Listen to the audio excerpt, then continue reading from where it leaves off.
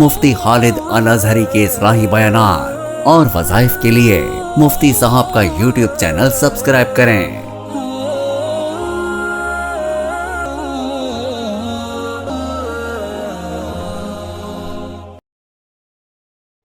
نحمده ونصلي ونسلم على رسوله الكريم اما بعد فاعوذ بالله من الشیطان الرجیم بسم اللہ الرحمن الرحیم۔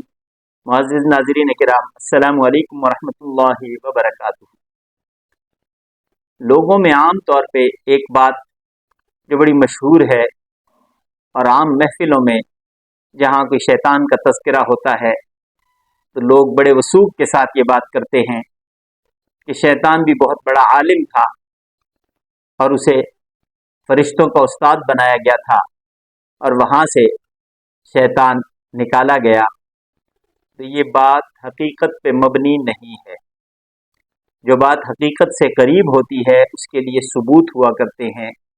اس بات کا کوئی ثبوت نہیں ہے کہ شیطان عالم تھا یا فرشتوں کا استاد تھا۔ اللہ تبارک و تعالی نے علم کے اندر عاجزی رکھی ہے اور متکبر کبھی عالم نہیں ہو سکتا۔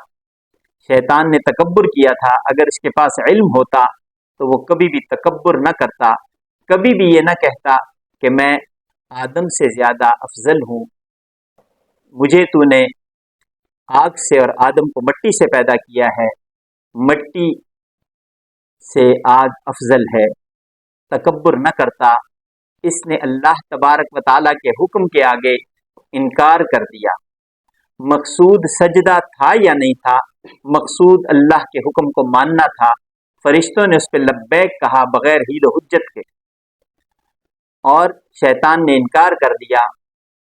تو اس کا مطلب یہ ہے کہ شیطان کے پاس علم نہیں تھا۔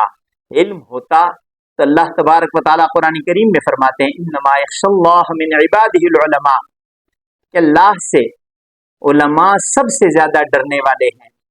اگر شیطان کے پاس علم ہوتا، ابلیس کے پاس علم ہوتا تو وہ شیطان نہ بنتا، وہ انکار نہ کرتا، وہ فوراً حکم کے آگے سر بسجود ہو جاتا کہ اللہ کا حکم ہے۔ اور آدم علیہ السلام کو چونکہ اللہ نے علم دیا تھا تو اپنی اس چھوٹی سی جو اللہ کی حکم دولی ان سے ہوئی، فوراً کہا ربنا ظلمنا انفسنا وان لم تغفر لنا وترحمنا لنکونن من الخاسرین۔ اے اللہ، ہم نے اپنی جانوں پہ ظلم کیا، اگر تو نے ہماری بخشش نہ کی، ہمیں بخشا نہ، معاف نہ کیا تو ہم تو ظالموں میں سے ہو جائیں گے۔ تو علم اور جہالت کا آپ نے فرق محسوس کیا کہ علم جہاں تھا وہاں عاجزی تھی۔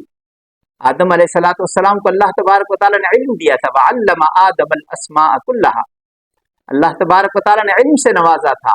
جب علم سے نوازا تو وہاں عاجزی آ گئی، اور جہاں علم کی کمی تھی، علم نہیں تھا، تو وہاں اکڑ اور تکبر تھا، اور جہاں تکبر ہوتا ہے وہاں ذلت ہوتی ہے۔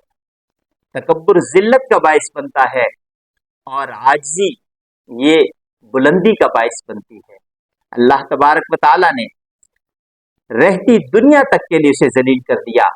اب شیطان ہر اس انسان کو گمراہ کرنے کی کوشش کرتا ہے کہ جو اللہ کی طرف جانے کی کوشش کرے وہ گمراہی کی طرف لے جانے کی کوشش کرتا ہے کہ کسی طریقے سے میں اپنے گروہ میں اسے شامل کر لوں۔ دو گروہ ہیں، ایک حزب اللہ، دوسرا حزب الشیطان۔ ایک اللہ والے، ایک شیطان والے۔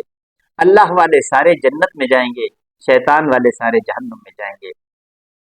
اب یہ فیصلہ ہر شخص نے خود کرنا ہے کہ آیا وہ اللہ والا بننا چاہتا ہے یا حزب الشیطان کا حصہ بننا چاہتا ہے۔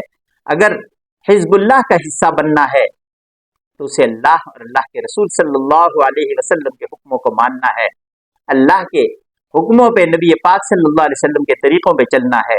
اور اگر اس کے برخلاف چلے گا، اللہ اور اللہ کے حکموں کو چھوڑ دے گا، اللہ کے رسول صلی اللہ علیہ وسلم کے احکامات کو چھوڑ دے گا، تو پھر تباہی اس کا مقدر بن جائے گی، اور وہ حزب الشیطان کا حصہ بن جائے گا، شیطان کے گروہ کا حصہ بن جائے گا۔ اور جو شیطان کا گروہ ہے وہ سب کا سب جہنم کا ایندھن بنے گا۔ تو کوشش کریں اللہ کو راضی کرنے کی۔ اللہ جس سے راضی ہو گیا وہ حزب اللہ میں شامل ہے، اور جس سے اللہ ناراض ہو گیا وہ حزب الشیطان میں شامل ہے۔ رب کائنات سے دعا ہے کہ اللہ تبارک و تعالی ہم سب کو حزب اللہ کا حصہ بنائے۔ وآخر دعوانا ان الحمد للہ رب العالمین۔